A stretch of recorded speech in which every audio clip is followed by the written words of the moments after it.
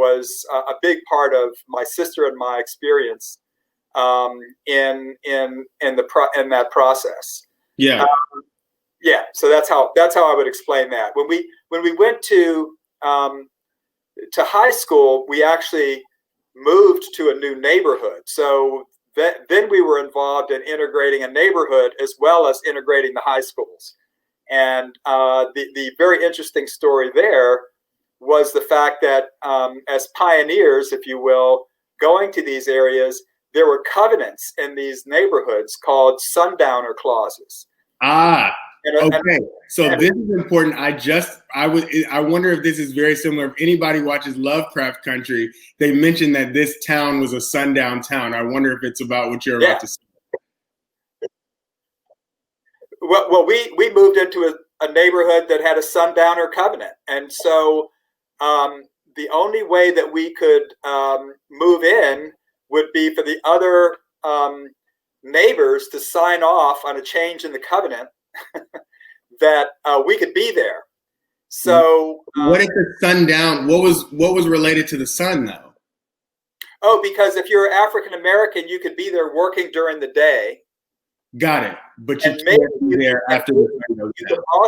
You could also, if you were a live-in maid or help, you could stay inside. But the point on sundown is you couldn't be on the street after sundown if you were African American. And you remember this very vividly. I remember going around from door to door with my parents and my sister. Right. Saying we're the Richards, we're moving in, but the word in those days was we're Negroes and we can't be here. Right. Unless the covenants changed, will you sign this piece of paper? And it was very deep. But the very positive thing that I'll tell you, Royce, was that the neighbors, by and large, were incensed that we should have to do that.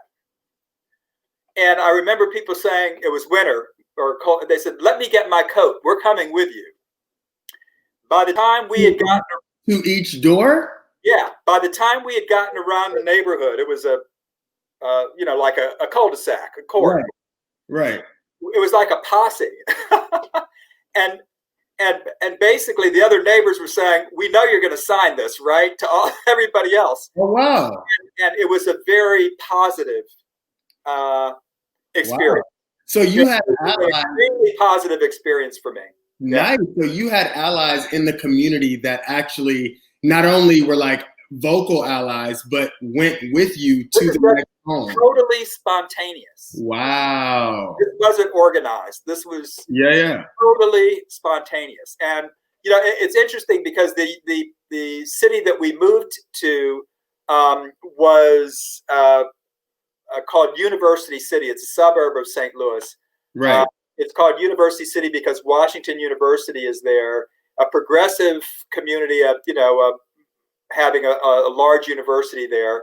Mm-hmm. A large percentage of the population was Jewish. A large percentage of the court on the neighborhood were Jewish. And so, but not everybody. But it was a rabbi lived on the street, a Methodist priest lived on the street, a Presbyterian priest lived there, a minister lived on the street. Yeah. So, it was that group of people that are like, we cannot believe you're having to do this. Right. Come on, Dr. Richards, we're going around and fixing this. Oh, so wow. That's my very positive story from that perspective that I have to offer. That's beautiful. I think that that example of allyship during that time is really a shining example of what we need. Yeah. What we needed to go to go to the next level to get here. And then what we're seeing with allies today with Black Lives Matter or any movement of some sort of, people that are being discriminated against or what have you. I think you have to have those allies that are not only willing to be vocal, but willing to actually fight with you and encourage others to do the same. I think that's a good, just one quick additional story related to my father. Yeah. If you can imagine it. So he's a surgeon and he wasn't internationally famous, but he was certainly famous within the community. Got it. He was one of the first to integrate some of the hospital staffs, like the hospital that I told you in the early days didn't have African Americans. So if you can imagine, all the surgeons sitting around after, between their operations and their scrubs and their masks are hanging around their neck. Right. And we're chatting. My dad's there and some white surgeons, and they're talking about their insurance. And so they say to him, Frank, what insurance do you have? And he said, are you all kidding? Who's going to insure me? They don't insure black people. Wow. And they were incensed. Wow. They called their insurance companies and told them they had a common insurance, that they were going to leave their insurance company if they didn't insure my dad. Wow. That's so just a couple of examples to get back to my point, or the point you were making, that we need coalitions in this time. Yeah. And these were examples of white people oblivious to systematic racism. They're oblivious to it. Yeah. They weren't racist, but the system was racist.